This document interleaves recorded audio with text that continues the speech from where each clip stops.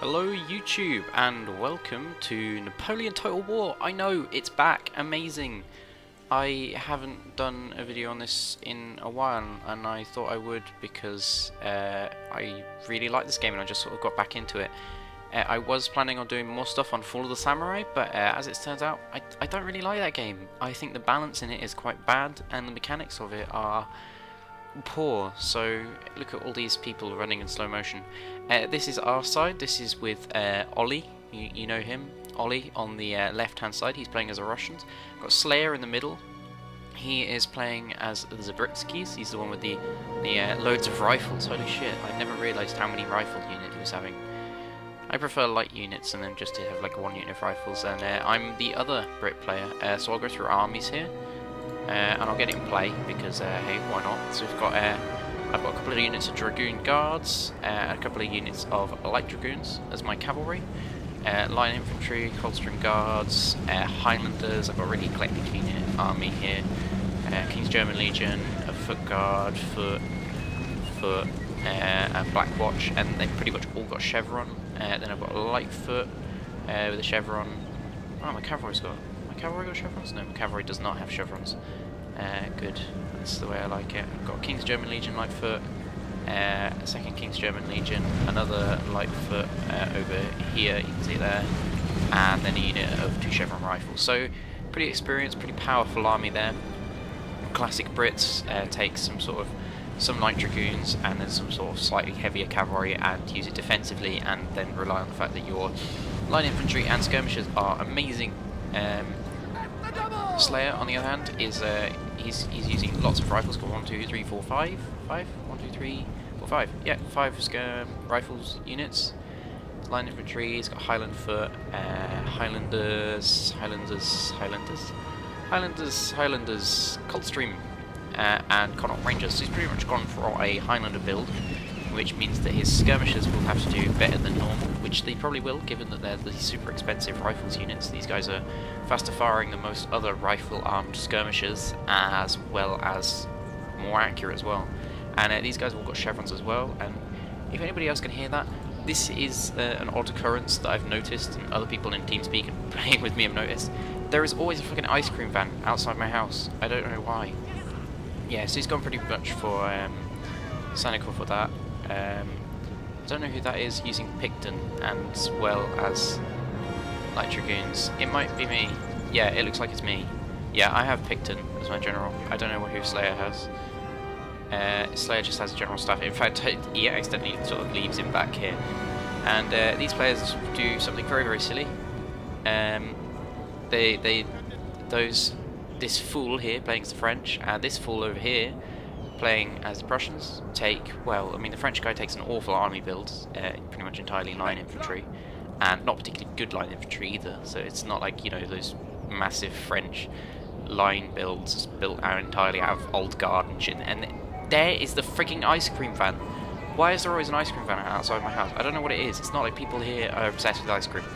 But, yeah, they're going to abandon this player and try and camp, which is stupid in Napoleon.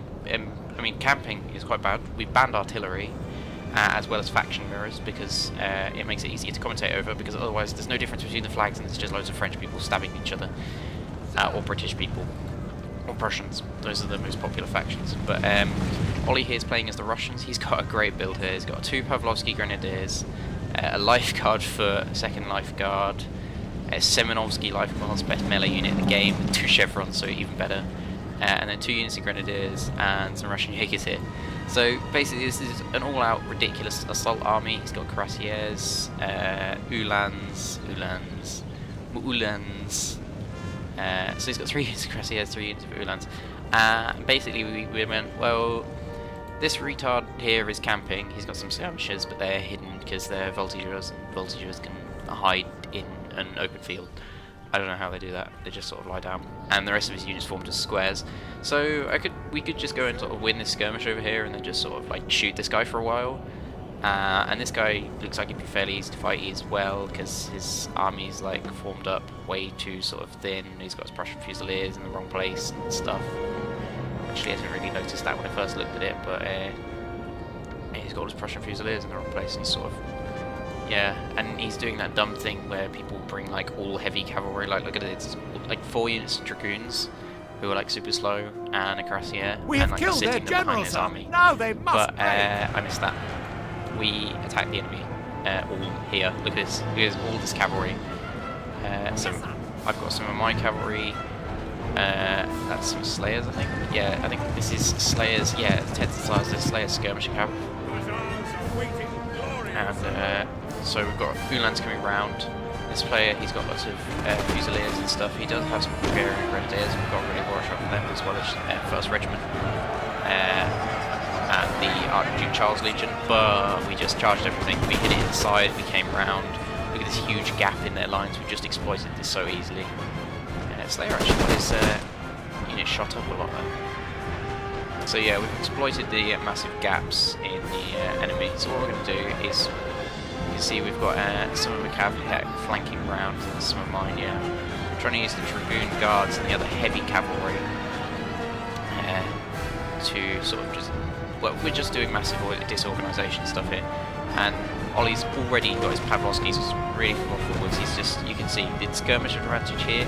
It's not going to be a problem for us because, well, Russia doesn't need to worry about skirmishes. What it does, it just runs up, gets in your face, and causes lots of damage. I mean, that's what we're doing. We've outflanked them. They're doing huge amounts of damage. The 1st Regiment enter a zone, good. Pavlovsky Grenadiers on charge, better. Just fact. Just putting that out there. Although they have actually buggered up their charge, so they might not win that. But yeah, you can see we're doing huge morale damage. We aim for the general because he was out there on the side with the enemy cuirassiers. We took most of them out. The enemy does have a unit of Uhlans coming in, trying to reinforce this fight here, trying to save these Hungarian Fusiliers. Royal Scots Greys been in there for too long, and that unit will break. In the front side here, he's just trying to keep as many of his Grenadier units alive and trying to outflank somewhat here. Obviously here is a weak spot if you look, although the Semenovsky Life Guard are here. To be honest, you should probably just fucking charge all of this stuff because Hungarian Fusiliers are a pretty good melee unit actually, but Grenadiers backed up by Semenovsky Life Guard foot is not going to work. And now that most of the skirmishes in this area are routed off the field or have been damaged to crap, these lifeguard foots have managed to run up pretty much unscathed and are delivering point-blank super volleys into the enemy units here. These Pavlovskis are still fighting the 1st Regiment Emperor Zone. They have actually pretty much evened the combat, and they're probably going to get fucked by the fact that there's a Hungarian Grenadier and a Hungarian Fusilier attacking them now. But maybe not, because Slayer's here. Slayer's doing some skirmishing here. He's got his Tensars. You see these rifle armed skirmishers. I think it's rifles. Look like rifles. Those are rifles. But sadly here he's gonna. You can see the enemy cavalry is coming in, Dutch Guard Lancers, and they're really fast and dangerous. So they're probably going to catch these Tensars and do a load of damage, probably kill a load of them. But they're coming in this really thin wedge formation, which is just stupid. Don't do this. Right away. Although it does kill a few people in the middle, it's not going to work because there's already Highlanders over there. So we've broken through this flank, we've smashed up this flank. These Lifeguards foot are doing absolutely beastly amounts of damage here. Ollie's still keeping his Semenovsky Lifeguard in reserve. We're all going to try and keep our best units in reserve. I keep my Coldstream in reserve and my Black. No, actually I get my Blackwatch fucked up on this. I can screw up and screw things over. Chasing off the enemy Jaegers as well with a Grenadier unit. Perfect for stuff like that because they can't take so many casualties, but they can do some huge damage. They can kill them very quickly, and so the Jaegers are getting kind of screwed over. Chasing down this Hungarian Fusilier here as well. I just use my Dragoon Guards to do that. Cavalry, perfect for chasing down enemy units. So now we're going to engage. We're going to realign our forces. You can see I'm here, and Slayer's army's here. So Slayer's going to come up on this flank, and we're going to take this French opponent as well. I'm going to try and anchor my flank here. You can see there's a small hill, but I have only a Blackwatch unit to do it with. I don't have any skirmishers or cavalry with me, and Slayer actually forgets about these units here, the rifles and counter-range of the Coldstream Guards. Could have been useful to put them up here, that would really block off this area, but it doesn't really matter. We've already taken out one opponent pretty much from the battlefield. Ollie has lost quite a lot of stuff because he took the brunt of that, and as well as the fact that he had lots of grenadier units, which are kind of a one-trick pony. You charge them in, they smash things, and then they never have enough men left to do anything else. But he's come out pretty okay. His lifeguards got really screwed over. His Semilovsky lifeguard have done fine. It looks like the Jaegers are chasing off the German Fusiliers. It sucks that the Jaegers aren't very good in this, because many Jaeger regiment in Napoleonic Wars. Well, not many Jaeger regiment, I mean Jaeger detachments, a very large regiment of some Y. And we were really good Jaegers, but these Jaegers fucking suck because they have muskets. Look at that musket. So yeah, they're basically just light infantry. So yeah, our opponent here goes to use his dragoons as well to try and stave off our attacks, but this doesn't work because there's just so much firepower here. Charging straight forwards into a British line is just freaking stupid. Rifles backed up by Highlanders, you're probably never going to reach the line. They reload exceedingly fast and they shoot things and stab them and generally ruin your day. So the Prussian player is making a smart move here. He's realised that his camping is just retarded, it's not going to work, and he's going to try and advance up. His line is massively disorganised though. I mean, this guy's very, very disorganised. His attacks are going to be really disorganised. The French player has little hope in engaging in a massed line battle like this, so he needs the Prussian player to get here as soon as possible, outflank us as soon as possible, because Ollie's forces are quite messed up, although he does still have quite a lot of cavalry. I think he kept all his cuirassiers in reserve. Looks like he has 4 cuirassiers. Jesus, he has loads. No, he's got 3. But yeah, so all these cuirassiers are going to come in, and they're going to try, I believe they're going to try and break this square here. You can actually do that, not many people know it.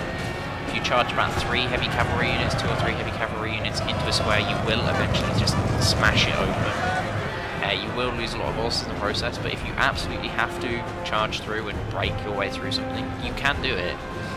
But 3 heavy cavalry is a big unit. Intense Hussars here just see an opening, a unit that can't form square. It's too weak, so they're going to charge in, get out, get in, and kill it, get out. They would do, but the Fusiliers here formed as a square. It's kind of helpful though, because it just means that the line infantry units can make this fight even easier. And you can see just how withering volleys are from rifles units and Highland units versus like Fusiliers and voltigeurs. They're outclassed in every manner. Apart from numbers, the numbers are even, but in every other way, the British units are just so much better. So these Fusiliers have just got an absolutely own. We've established another gap here, started smashing through gap here as well, and means of routing and falling back. So now we just have to worry about the Prussians.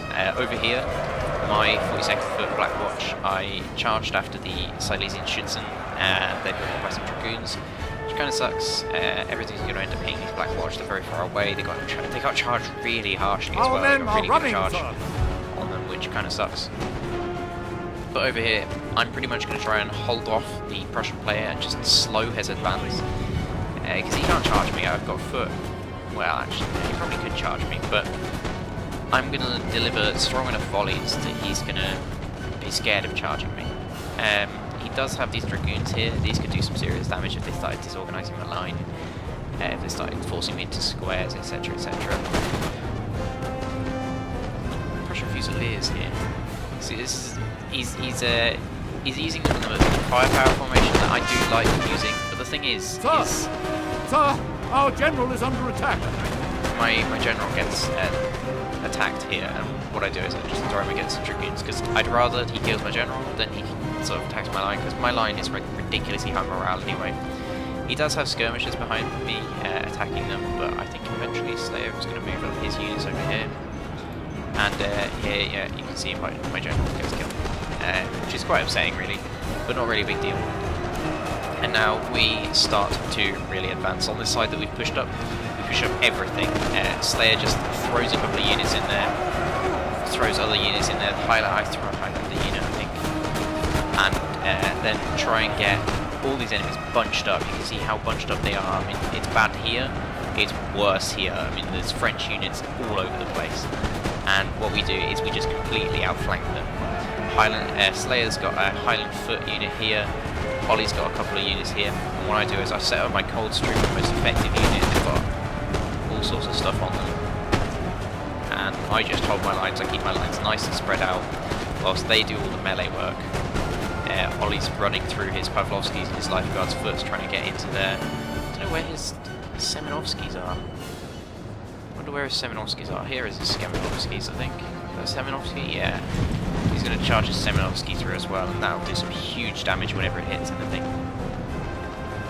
But you can see the enemy units are just getting blobbed up, they're getting tired out. They're getting fired on by very wide lines, held down by the skirmishers, as well as these Russian units that are making their way in and attacking. The French player looks like he's pretty much given up. He's formed all his units as a square. There is cavalry about the place, so I guess he's feared of that. Other units have retreated back. Slayer's still got reserves here as well, so we have plenty of units reinforcing. Semenovsky's going to be the last one of them, and that's pretty much the most horrible thing to get reinforced. You're like, oh yeah, I've broken a load of stuff. Oh god, it's the Semenovsky Lifeguard. But over here, I pretty much ran out of troops, but my opponents ran out of troops a lot quicker. So I just charge my foot onto his Prussian Fusiliers and charge my light foot into his Prussian Fusiliers, hoping to just gain enough of a charge bonus to do damage. It looks like his Prussian Fusiliers here in the win. Our men are running! But over here, this foot unit is going to absolutely slaughter the Prussian Fusiliers. So we're just carrying along, going forward. You can see this unit in square here is going to get shot up by Coldstream Guard. I've still got lots of man on these units.